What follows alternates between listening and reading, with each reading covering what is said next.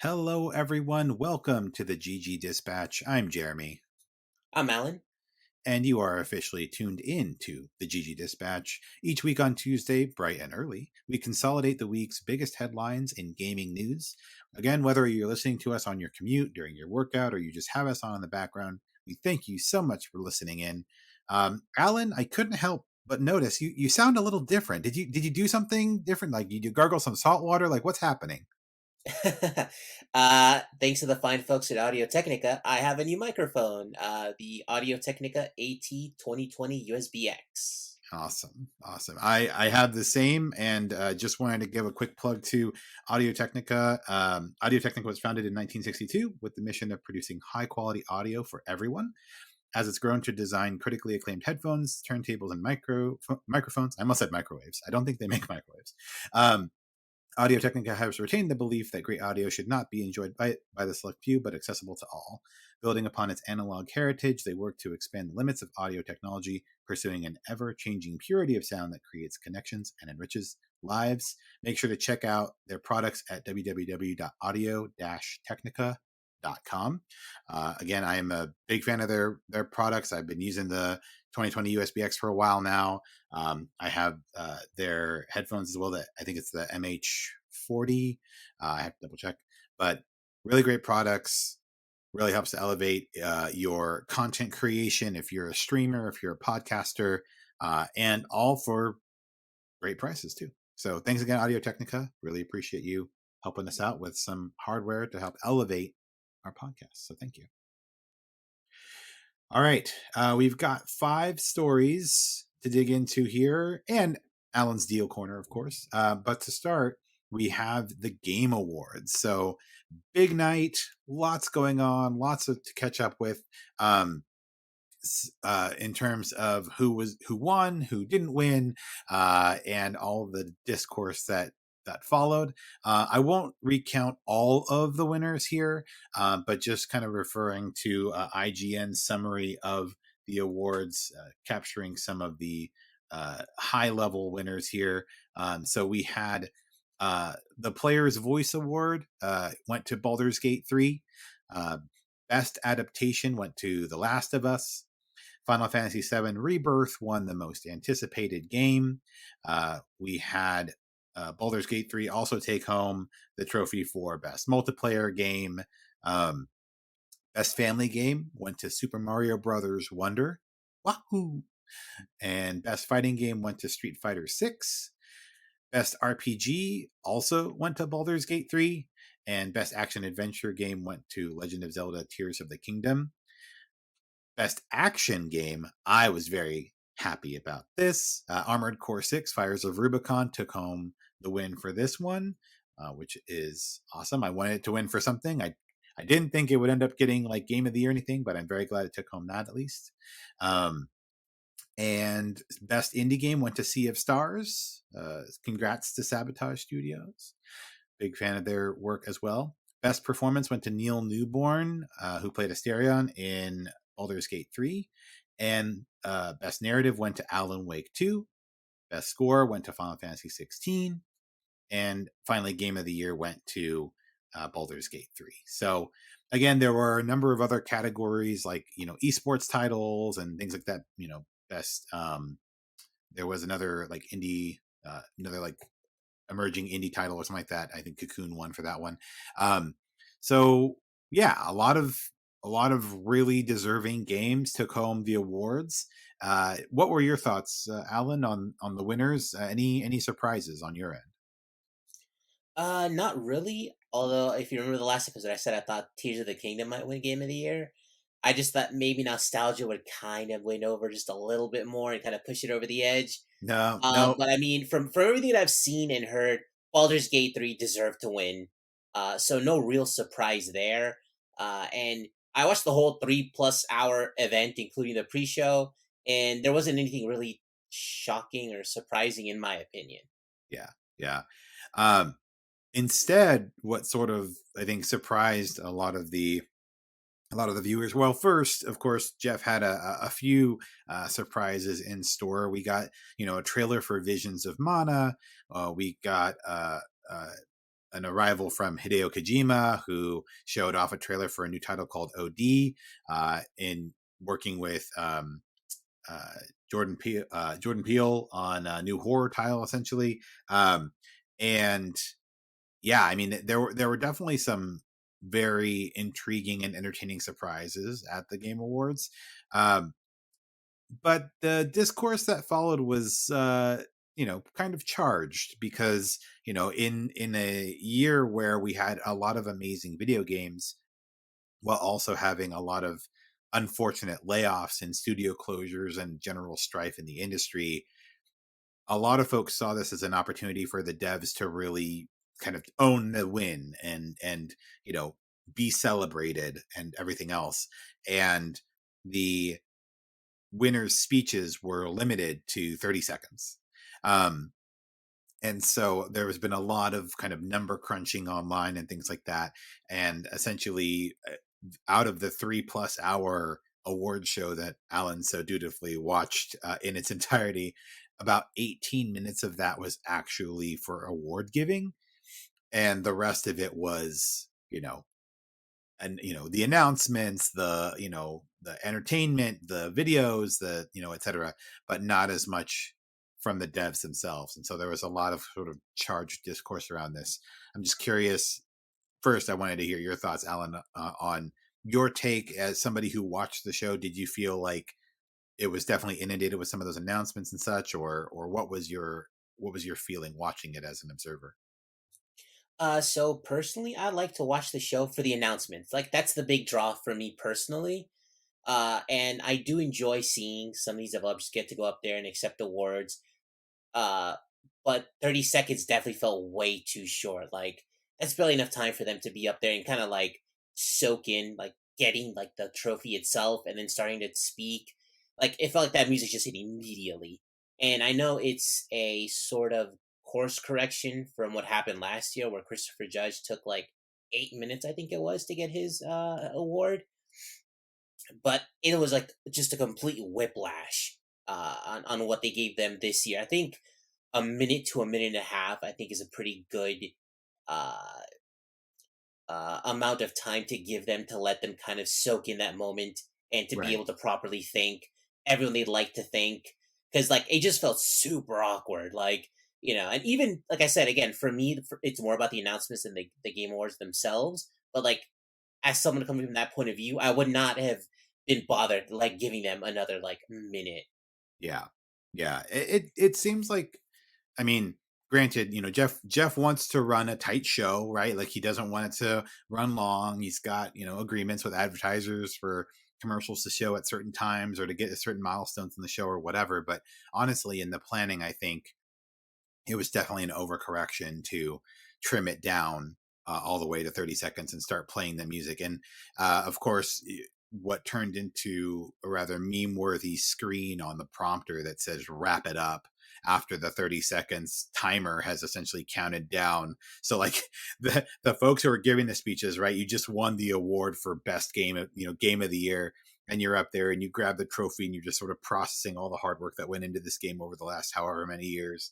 And the clapping and everything else, and the first thing you see when you look up is this huge like 2019, like by the time you finally started to get settled in, and now all of a sudden, to your point, you're running out of time, right? You have barely like 15 to 10 seconds left that you've actually finished processing what's going on to start talking. And so a lot of folks kind of joked about how it represents like crunch in the industry in real time, and um, you know just all those things that taking the please wrap it up screen and just kind of using it in various scenarios. But um yeah, I definitely agree. I think that the award show should be a space where we can be excited about the games to come, to be sure. And I think I talked about this a little bit last week as well, right? Is 2023 has been a crazy year for games. Like just bonkers, like front to back, like bumper to bumper. It's just been hit after hit, right?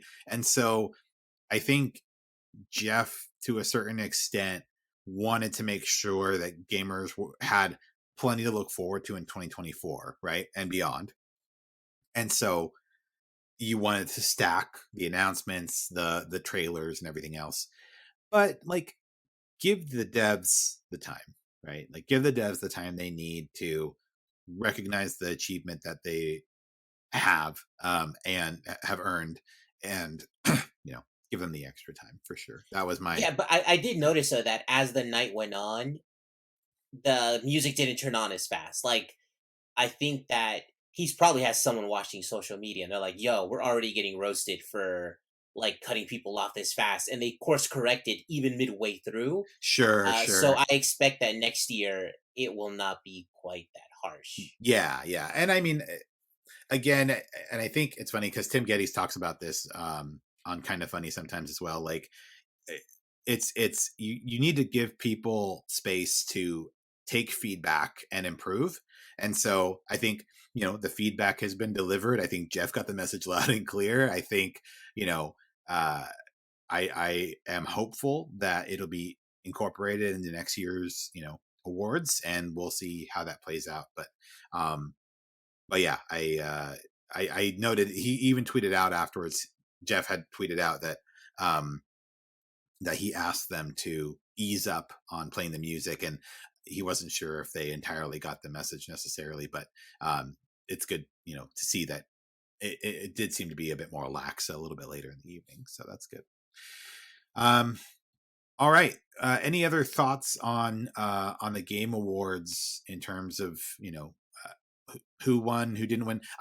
Big one, obviously, that was missing from all of the awards was Spider-Man 2.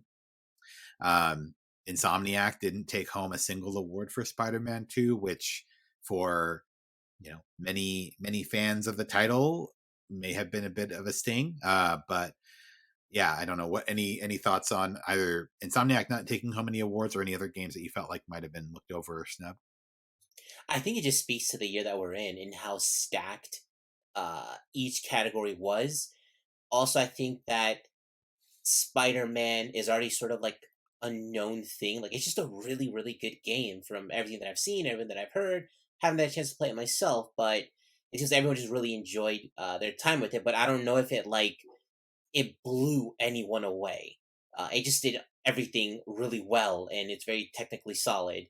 So I think that in this specific year, like you had to do something special, kind of like Baldur's Gate 3 did to win. Because I mean, even Tears of the Kingdom, I think only went away with one award.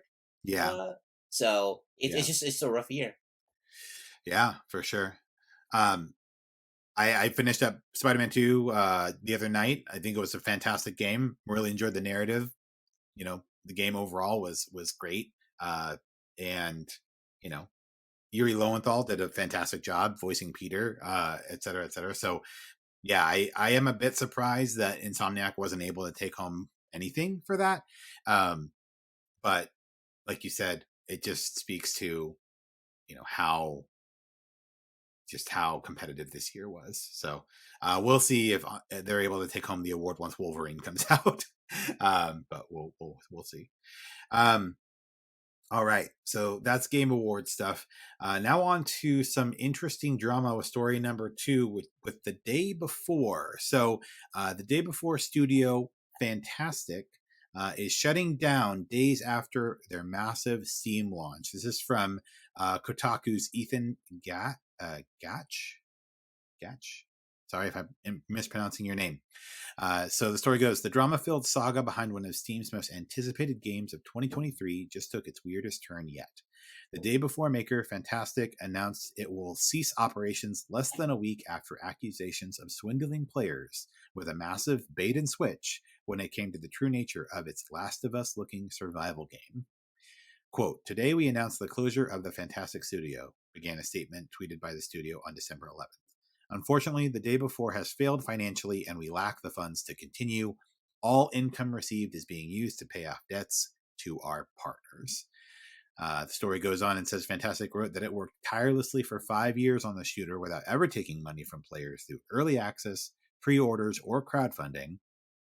While the future of the day before and the studio's other online games is unknown, the service will apparently remain operational for the time being. Finally, the statement continues, we apologize if we didn't meet your expectations.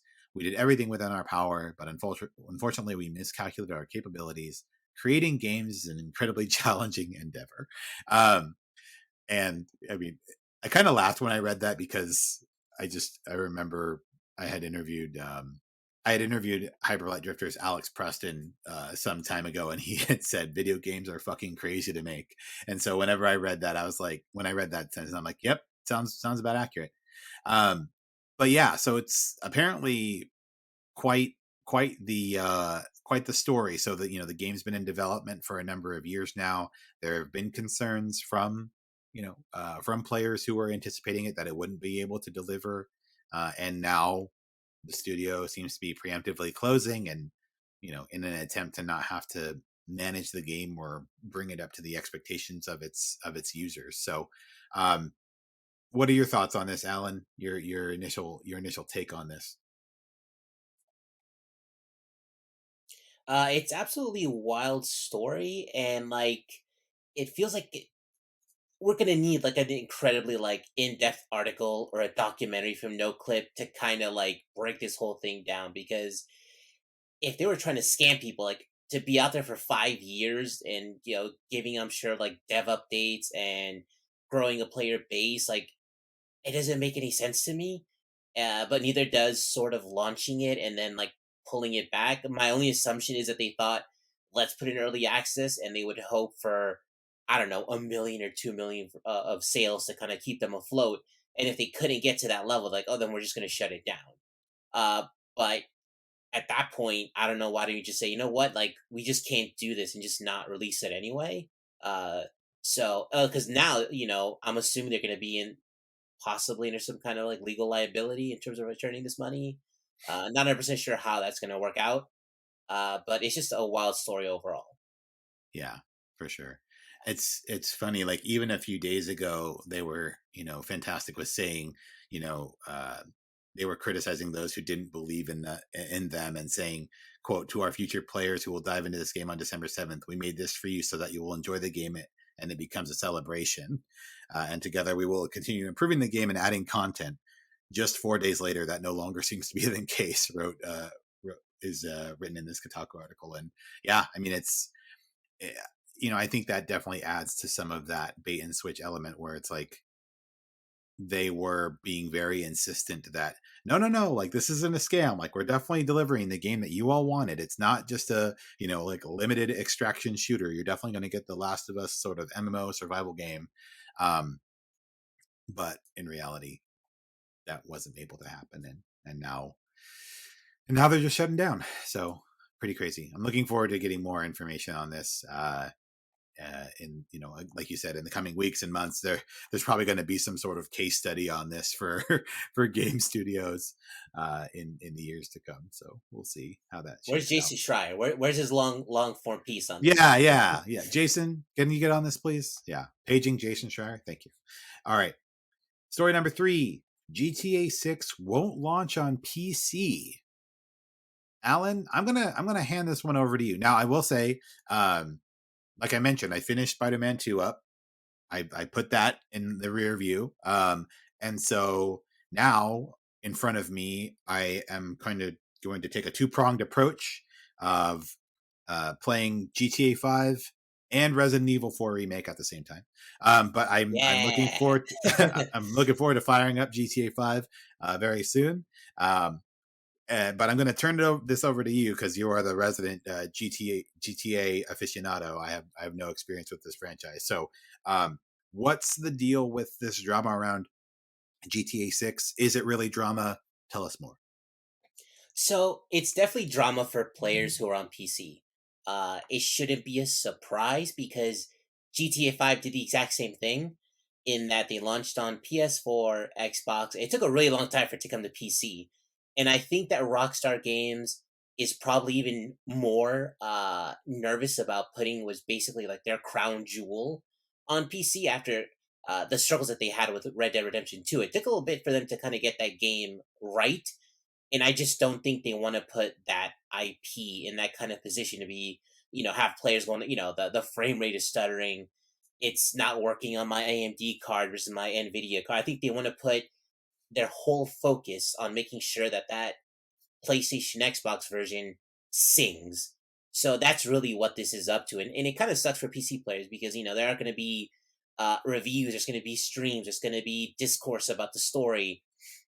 So unfortunately, PC players are going to have to just kind of do their best to try to avoid spoilers and, to really fully be able to enjoy the game and have surprises. So hopefully they don't have to wait too long, but they're definitely have to wait compared to their console brethren.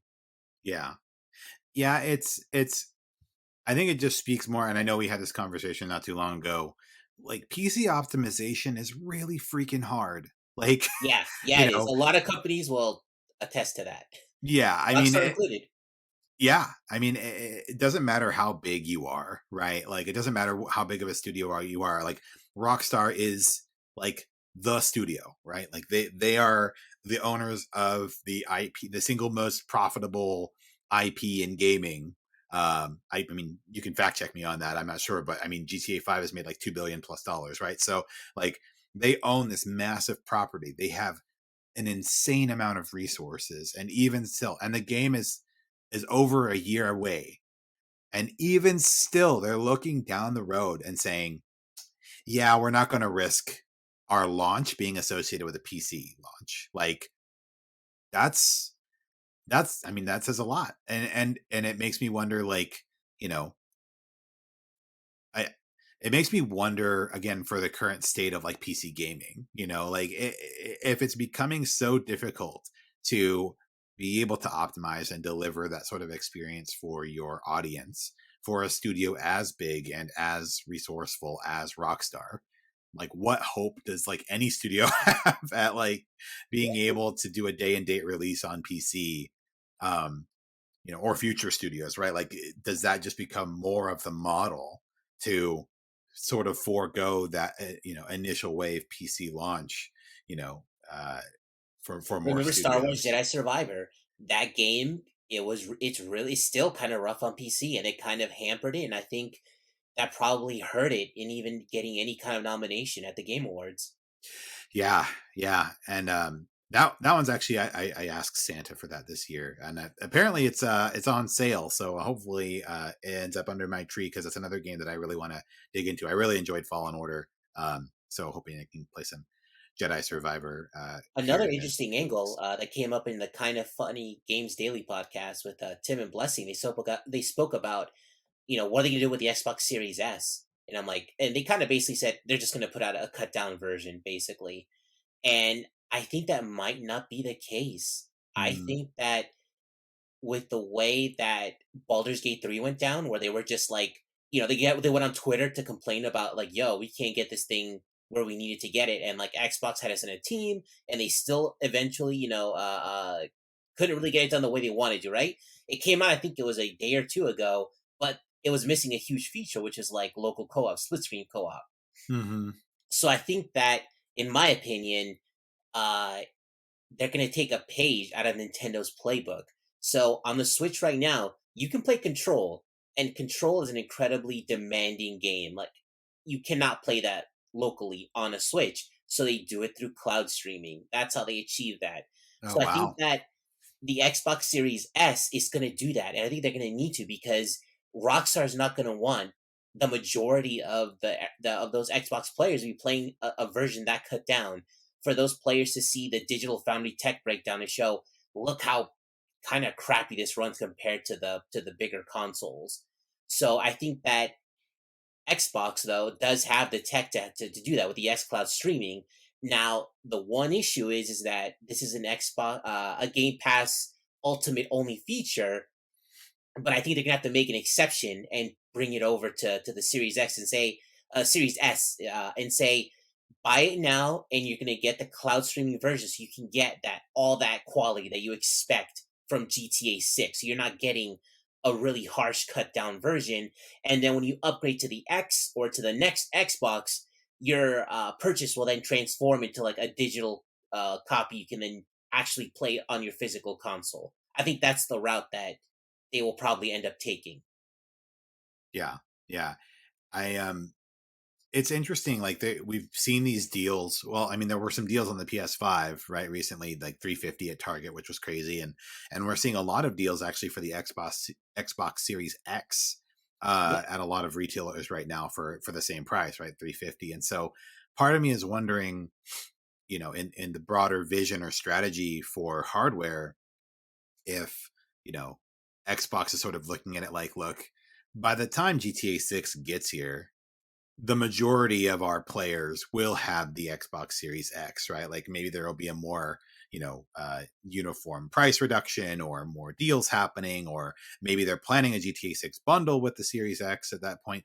But then again, like that'll be what, like 4 or 5 years into the lifespan of the machine. So I don't know. I think Well, here's that, the thing: yeah, the Xbox Series S is like 75% of their user base. Like that's done. Like that's baked in. yeah, And that's so I true. don't know if you can really make that up, even with a price reduction of the Series X. But Yeah, remember, sorry, I just remember that that leak of that digital only X, that MSRP is still $500. I think this yeah, is very much a Black Friday. Let's just try to move some units move because some of units it's around. people are more willing to spend money this time of year. I think that X is staying at 500. Yeah, yeah. Yeah, it's interesting. I don't know. I don't know. I And think, cloud streaming is it. Like that's the way they yeah. deliver the promise that they made to the players of next gen gaming at that lower price point without having the cuts, that are going to be required to make it run on that hardware. Because I mean, it's only 2023, the end of 2023, and like again, Baldur's Gate 3 is already showing that S is starting to struggle a little bit. And I Hmm. think that cloud streaming is going to be their sort of their plan to kind of sidestep that a bit and that criticism. Because then you have to think, is Rockstar going to want to like make those kind of compromises to their vision to put it on the No, S? no, absolutely not. I think, Larian, I think Larian put a lot of effort into trying to make it work on the Xbox. Um, just given like they wanted to reach as many players as possible. I think Rockstar is going to say, we don't have to do shit. Like, like we Exactly. That's we why I don't have think to that. bend over Yeah, backwards to like make this work. Like we can go and we can just say, okay, this is our game, take it or leave it. If it doesn't perform on your hardware, that doesn't sound like an us problem. That sounds like a you problem. yeah, absolutely. And that's why again, I think that that cloud plan is like the way to go. I think Yeah. if it's working on the Switch, why not do it yourself? Yeah, for sure.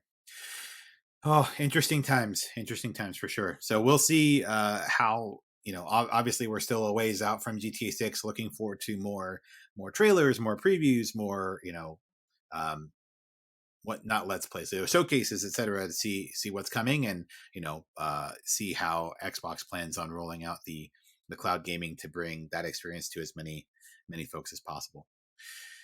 All right. Next up, we have Hideo Kojima sneaking Silent Hill messages into his latest trailer. So, story number 4 here. So this is from IGN, from Taylor Lyles. So Hideo Kojima formally revealed his next game, OD, Overdose, at the Game Awards last week. And while there's plenty to say about it, such as the fact that Jordan Peele and Euphoria actress Hunter Schafer are tied to the project, the biggest surprise appears to be what may be Silent Hill references in the trailer. The first one that many people quickly pointed out was at the 1 minute and 14-second timestamp in the trailer. You can see a door through actress Sophia Lillis's eyes. Many have quickly pointed out that it appears to be a reference or Easter egg of sorts to the opening scene of PT, which was the playable teaser for the canceled game Silent Hills, which Kojima was working on before his fallout with Konami. It definitely did not help that Kojima appeared to walk on stage walking through a similar door to the one shown in the first few seconds of PT after the trailer premiered at the Game Awards. Um, and there's also the article goes on, uh, and it says as well, when actor Udo Kier appears, fans notice that letters appearing in his mouth. Um, Now, those who spotted had to slow down the trailer to adjust the brightness, but analyzing the frames, it was discovered that those letters spelled the words Atami. Um, And Atami is a city located in the Shizuoka prefecture of Japan, but the account also pointed out that a loose English translation, when separating the kanjis of Shizuoka, means Silent Hill. Again, a bit of a stretch, but it's there, and the characters are there as he's talking, which is really crazy.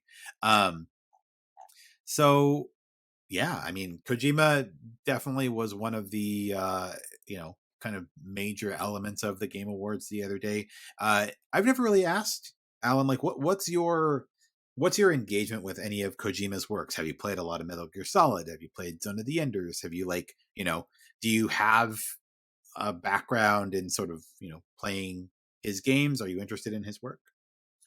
Yeah, I actually played quite a few of the Metal Gears.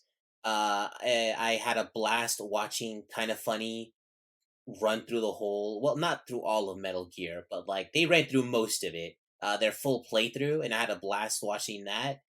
And I'm a big fan of Kojima. Death Stranding is a game I've been meaning to get to, so I haven't gotten to yet, but I will. So I'm excited for what it is, but I definitely felt like we didn't get like that much. It was really just him kind of hanging out and like, look at my new friend Jordan Peele. Yeah, exactly. Norman Reedus and I have broken up. Jordan Peele is my new best friend. Um, so yeah, I am a big fan of Kojima's work in general. Obviously Metal Gear Solid is an iconic franchise that he helped to build from the ground up. Son of the Enders, I think, is another franchise that I would absolutely love if somehow it could be revitalized, especially following Armored Core 6.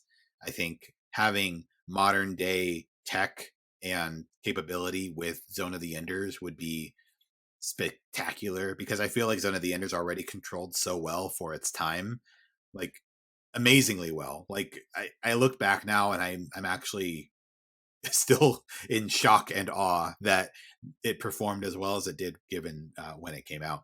Um, so I'm always hopeful that Kojima's projects will be successful, and he seems to really lean into that kind of experimentation um, in game design. And so, Yeah, I'm wishing wondering him, like what's he's going to be able to pull off with like all these cloud technologies that Xbox is giving him access to. yeah, yeah. I don't know. And again, we'll see what the extent of this hardware performance can bring. Um, and yeah, I'm working on building up my metal. I'm trying to build up my backbone and getting into more horror games, because I do want to enjoy um OD. I'm going to go into Resident Evil 4. I really enjoyed Resident Evil 7. I just couldn't get through Village. It makes me want to go back and try again. But anyway, so hopefully I'll be brave enough by the time OD gets here to play that. But we'll find out. Um, all right, last story. Avatar Frontiers of Pandora, early impressions.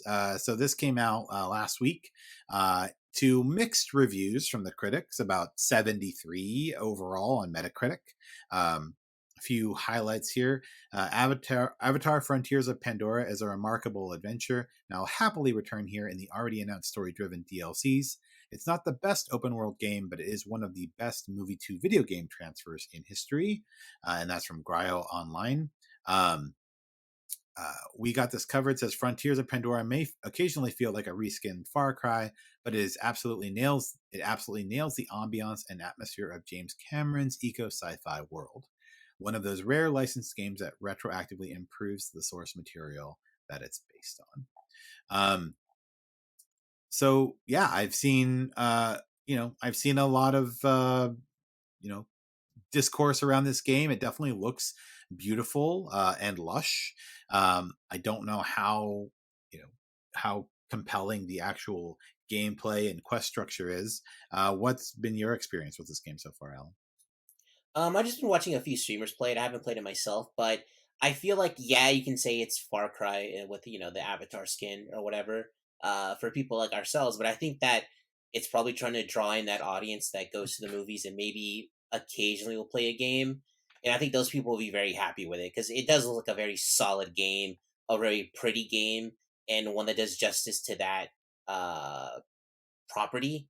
So I think overall, like Avatar fans are big winners in this, and they're getting a good game compared to the prior years where like movie based games sucked. Yeah. Avatar fans be eating good. That's good. All right. That was our last story. But Alan, you've got some deals for us. Let's head over to Alan's deals corner. What's good out there in the world? What should people be looking for and picking up? Welcome, welcome, welcome. Time to save some money. So if you've got Game Pass Ultimate, there's some really good deals right now on the Xbox Live Marketplace. They actually have Dead Space Remake, the deluxe edition. So you're basically getting everything, the DLC, all that stuff included, $8. Also, Need for Speed Palace Edition, which is basically like the digital deluxe edition. They're just kind of calling it the Palace edition, is also $8 with the Game Pass Ultimate. And now it's important to note out that both these games are already on Game Pass, but they're just the base game. With this, you get everything included, and it's nice because once those games leave Game Pass, in which they do, we've seen them, they rotate out all the time. It'll always be part of your library. So like Dead Space Remake is a game I'd rather play like around Halloween for some spooky vibes. And by the time next Halloween rolls around, it'll probably not be on Game Pass anymore. So it's just nice to have in your library. It's ready to go whenever you want it to be. Whenever you're ready to play it. So I think those are very good deals for like the whole, the best digital version you get of those games. That's awesome. Yeah, make sure you're keeping an eye on those things. And also, before I forget, so we obviously had the Game Awards this past week, but the Geekly Grind also will be doing its best of 2023.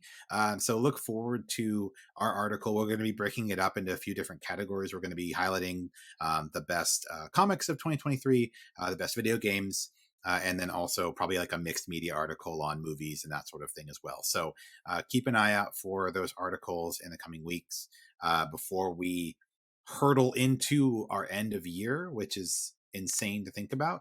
But yeah, that's all that we have for you today. Oh, before we go, Jeremy, quick Oh, question about your GTA 5 playthrough. Are you going to start like now, or are you kind of wait for January to hit to start?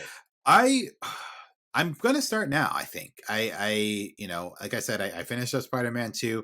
I've got I've got a few things in the backlog, like I said, but I think I'm gonna fire up GTA 5 and RE4 remake kind of simultaneously. So when I'm getting too spooked out, I can hop over to GTA 5 and go commit some crime, and then go back into RE4. So I'm gonna kind of, I think, bounce between those two a bit, and then once I'm done with RE4, I've got some other backlog that I'm going to work on probably over the break once I am on my holiday vacation. So Okay, because I might join you on this on another playthrough myself because it'll be my first time playing it on PC because Epic Games gave it out for free earlier this year, so I oh might install it because my original playthrough was on the PS4. So locked to 30 FPS, lower graphics settings. Now's a chance to kind of go back, revisit, and kind of go along with you and kind of like refresh my own memory and I think it'll make for better discussion if I okay, still have it fresh in my mind. okay. So it sounds like we'll do a little side by side GTA 5 in. So Yep. we'll be featuring that. Probably that motivates me to get started on it sooner. So it sounds like I'll be firing up GTA 5 very soon here. So awesome. Sounds like a plan. All right, everyone. Well, thanks again for joining us for the GG Dispatch. Until next time, I'm Jeremy. I'm Alan. Keep gaming. See ya.